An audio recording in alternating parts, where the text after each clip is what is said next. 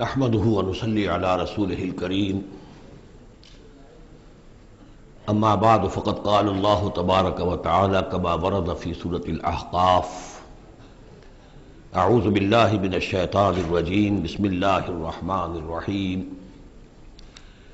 وإذا حشر الناس كانوا لهم أعداء وكانوا بعبادتهم كافرين صدق الله العظيم۔ ذکر ہو رہا تھا اس سورہ مبارکہ کی پچھلی آیات میں کہ ان سے بڑھ کر زیادہ گمراہ کون ہوگا جو اللہ کے سوا ایسی ہستیوں کو پکار رہے ہیں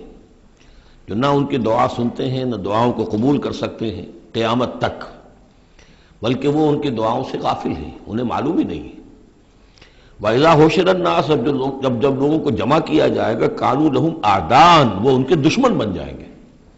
کہ تم نے ہمیں شرمسار کیا، ہماری شرمندگی کا تم سبب بن گئے، تم نے ہمیں اللہ کا مد مقابل بنا دیا۔ جیسے کہ حضور صلی اللہ علیہ وسلم نے ایک صحابی کو ٹوک دیا، وہ اپنے کسی گفتگو کے انداز میں، اور ظاہر بات ہے کہ ان کی نیت تو وہ نہیں تھی کہ حضور کو اللہ کے برابر کر دیں،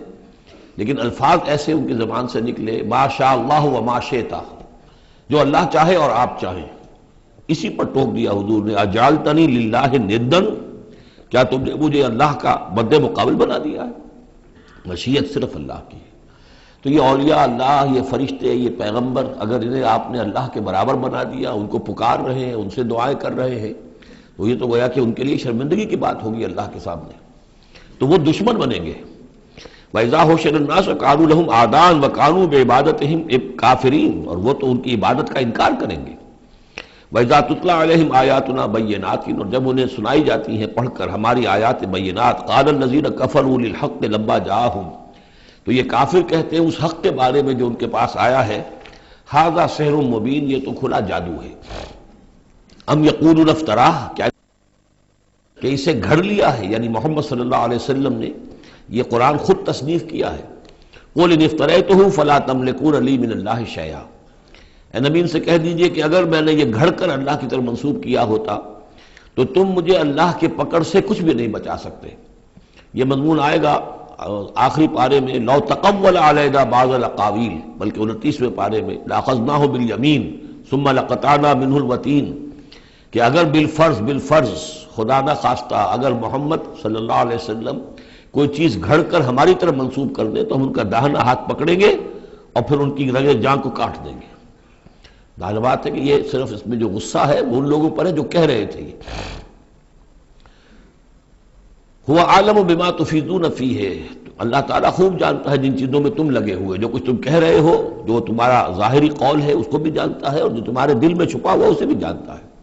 کفا بہ شہیدا بینی و بینکم اور وہ کافی ہے بطور گواہ میرے اور تمہارے مابین، وہ جانتا ہے کہ میں اس کا رسول ہوں، اس نے میرے پاس وحی بھیجی ہے۔ وہو الغفور الرحیم اور وہ بخشنے والا ہے، رحم فرمانے والا۔ قل ما کنت بدعا من الرسل اے نبی ان سے یہ بھی کہیے کہ میں کوئی نیا نویلا رسول تو نہیں ہوں، کوئی پہلا رسول ہی تو نہیں ہوں میں کہ مجھ سے پہلے کوئی رسول آئے نہ ہوں۔ بہت سے رسول آئے ہیں، ہاں میں آخری رسول ضرور ہوں، لیکن میں کوئی نیا سا رسول تو نہیں ہوں کہ کوئی ایک نئی بات ہو بالکل۔ بدعا اسی سے وہ بدعت کا لفظ بنا ہے ہمارے ہاں، جو چیز دین میں نہیں ہے اور لا کر اس کو آغاز کر دیا جائے تو در حقیقت وہ بدعت ہے۔ تو ما کنت بدعا من الرسول، جیسے کہ ہم سورہ آل عمران میں پڑھ آئے ہیں وما محمد الا رسول قد خلت من قبلہ الرسل۔ اسی طریقہ سے عیسیٰ ابن مریم کے بارے میں آیا ہے علیہ الصلوۃ والسلام کہ عیسیٰ ابن مریم کیا ہے؟ رسول، اور ان سے پہلے بہت سے رسول گزرے ہیں۔ قل ما کنت بدعا من الرسل وما ادری ما یفعل بی ولا بکم اور مجھے کچھ معلوم نہیں ہے کہ کیا کیا جائے گا میرے ساتھ اور کیا کیا جائے گا تمہارے ساتھ۔ یعنی اس سے مراد یہ نہ سمجھیے کہ حضور کو یہ معلوم نہیں تھا کہ آخرت میں میرے ساتھ کیا کیا جائے گا، وَلَلْآخِرَةُ خَيْرٌ وَأَبْقَىٰ حضور کے لیے تو یقیناً آخرت جو بہت بہتر ہے، لیکن یہ کہ ابھی کیا ہونے والا ہے، کل کیا ہونے والا ہے۔ ظاہر بات ہے کہ طائف آپ گئے تھے تو بڑی امیدیں لے کر گئے تھے نا، لیکن یہ کہ وہاں جا کر جو صورتحال ہوئی گویا کہ وہ حضور کی توقعات کے بالکل خلاف تھی۔ آپ کو تو امید تھی کہ کوئی نہ کوئی بڑا جو وہاں کا سرداروں میں سے کوئی نہ کوئی اگر مان لے گا میری بات کو تو میں پھر اپنا، کیونکہ مکے میں تو اب ابو طالب کا انتقال ہو گیا اور وہی دنیاوی اعتبار سے میرے لیے پروٹیکشن کا ذریعہ تھے، لہذا اب کوئی اگر بڑا رئیس اور بڑا کوئی سردار جو ہے طائف کا وہ ایمان لے آئے تو میں اپنا یہ مرکز وہاں شفٹ کر دوں، لیکن یہ کہ وہاں وہ بات پوری نہیں ہو سکی۔ تو مادری ما یفعل بی ولا بکم، مجھے یہ معلوم نہیں ہے کہ کیا کیا جائے گا میرے ساتھ، کیا ہوگا اور کیا ہوگا تمہارے ساتھ. ان اتبع الا ما یوحی الیہ، میں تو بس پیروی کر رہا ہوں اس کی جو میری طرف وحی کی جا رہی ہے. وما انا الا نذیر مبین، اور میں نہیں ہوں مگر کھلا خبردار کر دینے والا، بس میری حیثیت تو یہ ہے. قل ارأیتم ان کان من عند اللہ وکفرتم بہ،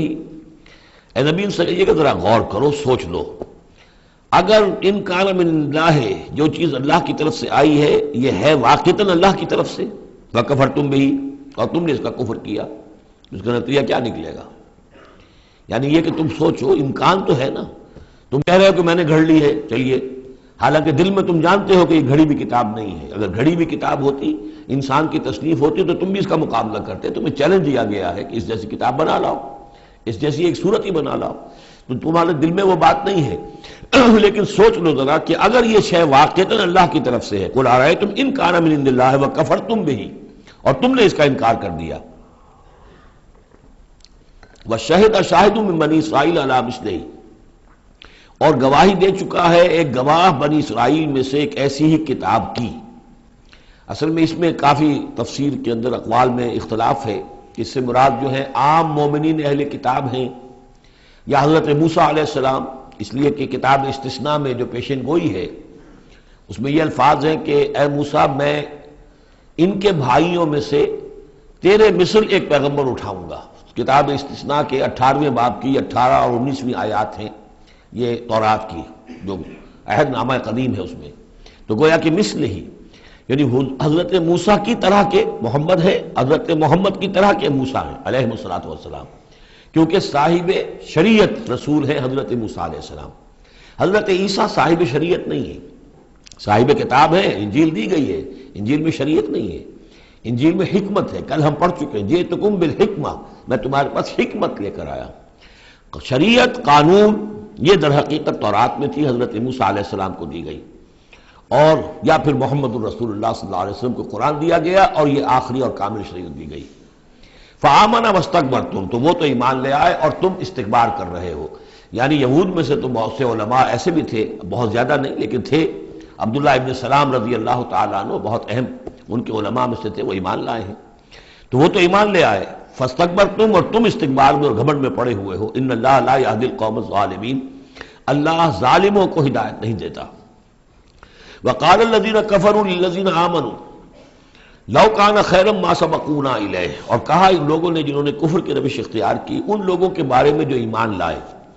کیونکہ ان میں سے زیادہ تر جو حضور کے آس پاس ہوتے تھے، اس لیے کہ بہرحال ان میں بڑے بڑے لوگ بھی تھے جو ایمان لائے تھے حضور پر. حضرت عثمان ابن عفان بھی تھے، بڑے بڑے گھرانے کے فرد تھے. عبد الرحمن ابن عوف بھی تھے، وہ بھی کوئی غرباء اور فقراء میں سے تو نہیں تھے. طلحہ اور زبیر بھی تھے، تو وہ بھی بڑے اونچے خاندانوں سے تھے. لیکن یہ کہ عام طور پر حضور کے آس پاس جو ہوتے تھے یہ لوگ اپنے اپنے کاموں کے اندر بھی مصروف ہوتے تھے، لیکن جو غرباء تھے وہ حضور کے ارد گرد زیادہ موجود رہتے تھے. اور یہ بات بار بار آ چکی ہے حضرت نوح کے بیان میں بھی اور پھر حضور کے بارے میں بھی کہ اے محمد تمہارے گرد تو ہم بیٹھے ہوتے ہیں ہمارے کمی کاری لوگ، بڑے گھٹیا لوگ، ہمارے پست طبقات کے لوگ جو ہیں، کوئی غلام ہے ہمارا، کوئی اور یہاں پہ محنت مزدوری کرنے والا ہے، تو ہمارے شایان شان نہیں ہے کہ ہم آپ کے پاس آ کر بیٹھیں. یعنی ذرا ان کو اپنے سے دور کرو. جس پر کہ اللہ تعالیٰ نے کئی مرتبہ یہ فرمایا کہ اے نبی آپ ان کی بات پر نہ جائیے، اور کہیں ان اہل ایمان کو کہ جو صبح و شام اللہ کو پکارتے ہیں اور اللہ کی رضا جوئی میں لگے ہوئے ہیں، ان کو کہیں آپ اپنے سے دور نہ کر دیں. اگر ایسا آپ کریں گے تو یہ ظلم ہو جائے گا. لیکن بہرحال ان کا کہنا یہ تھا کہ اگر یہ لوگ جو ہیں، اگر واقعتاً یہ خیر ہوتا، لو کانا خیرن ما سبقونا،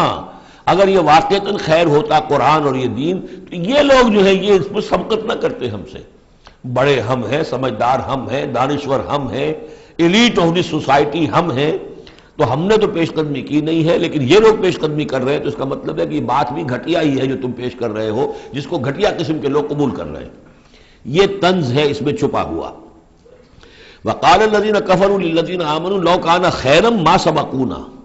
وَإِذْ لَمْ يَهْتَدُوا بِهِ فَسَيَقُولُونَ هَذَا إِفْكٌ قَدِيمٌ، اور جب یہ اس قرآن کے ذریعے سے ہدایت نہیں پا رہے تو کہتے ہیں کہ یہ تو گھڑا ہوا چیز، گھڑی ہوئی چیز ہے، افک ہے، پرانی شے ہے. وَمِن قَبْلِهِ كِتَابُ مُوسَىٰ إِمَامًا وَرَحْمَةً، حالانکہ اس سے پہلے موسیٰ کی کتاب موجود تھی اور اب بھی ہے، امامًا ورحمہ، وہ بھی رہنمائی کرنے والی ہے اور رحمت ہے۔ وَهَذَا كِتَابٌ مُصَدِّقٌ لِسَانًا عَرَبِيًّا، اور یہ کتاب نازل ہوئی ہے اس کی تصدیق کرتے ہوئے،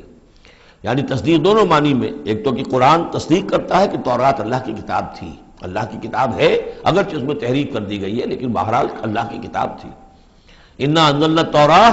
فِيهَا هُدًى وَنُورٌ، ہم نے تورات نازل کی تھی، اس میں ہدایت بھی تھی، نور بھی تھا۔ پھر انجیل کے بارے میں فیہ ہدی ونور، قرآن دونوں کی تصدیق کرتا ہے۔ دوسری یہ کہ تورات میں اور انجیل میں جو پیشین گوئیاں تھیں ان کا مصداق بن کر قرآن آیا ہے، تو قرآن مصدق ہے لسانًا عربیًا، اور بڑی ہی عمدہ فصیح اور بلیغ عربی زبان میں ہے، لِيُنذِرَ الَّذِينَ، تاکہ خبردار کر دے ان لوگوں کو ظلموا جنہوں نے کہ کفر کی روش اختیار کی، خبردار کر دینے کی ذمہ داری ہے، اور اسی لیے یہ جو آسان زبان میں ہم نے اس کو اتارا ہے تاکہ ہر شخص تک یہ بات پہنچ جائے۔ وَبُشْرَىٰ لِلْمُحْسِنِينَ، اور جو ایمان اور اسلام اور احسان کی روش اختیار کریں ان کے لیے یہ بشارت بن جائے۔ ان الذین قالوا ربنا اللہ ثم استقاموا فلا خوف علیہم ولا هم یحزنون، یقیناً وہ لوگ، یہ وہی الفاظ آ گئے جو سورہ حامیم سجدہ میں آئے تھے، جنہوں نے کہا ہمارا رب اللہ ہے پھر اس پر جم گئے۔ اور میں نے عرض کیا تھا، وہ پھر دوبارہ عرض کر رہا ہوں کہ استقامت میں قیامت مضمر ہے۔ جنہوں نے کہا ہمارا رب اللہ ہے پھر اس پر جم گئے، یعنی پھر راضی برضائے رب رہنا، اسی پر توکل کرنا، اسی کی رضا جوئی کو اپنی زندگی کا مقصد بنانا، پھر اس کی اطاعت کرنا، اس کے احکام کی پابندی کرنا، اور اس کے جملہ جو بھی اس نے ذمہ داریاں عائد کی ان کو پورا کرنے کے لیے تن من دھن لگا دینا، یہ سب استقامت میں شامل ہے۔ استقامت کے معنی کیا ہے؟ جیسے کہ میں نے آپ کو بتایا تھا کہ حضور سے ایک صاحب نے یہ پوچھا، بلکہ کہا، فرمائش کی کہ مجھے تو کوئی ایک بات ایسی بتا دیجئے جس سے میں پلے باندھ لوں، میں زیادہ لمبی چوڑی باتیں نہیں سمجھ سکتا۔ حضور نے فرمایا، قل آمنت باللہ ثم استقم، کہو کہ میں ایمان لایا اللہ پر پھر جم جاؤ، ٹھک جائے تمہارا دل اس کے اوپر کہ واقعتاً پالن ہار وہی ہے، پروردگار وہی ہے، حاجت روا وہی ہے، مشکل کشا وہی ہے، اور وہ ہماری دعاؤں کا سننے والا وہی ہے۔ پھر یہ کہ اسی کے لیے انسان ہمتاً اپنے آپ کو وقف کر دے، ان صلاتی و نسکی و محیایا و مماتی للہ رب العالمین۔ ان الذین قالوا ربنا اللہ ثم استقاموا فلا خوف علیہم ولا هم یحزنون، یہ استقامت والے جو ہیں تو اولیاء اللہ ہو گئے نا۔ پھر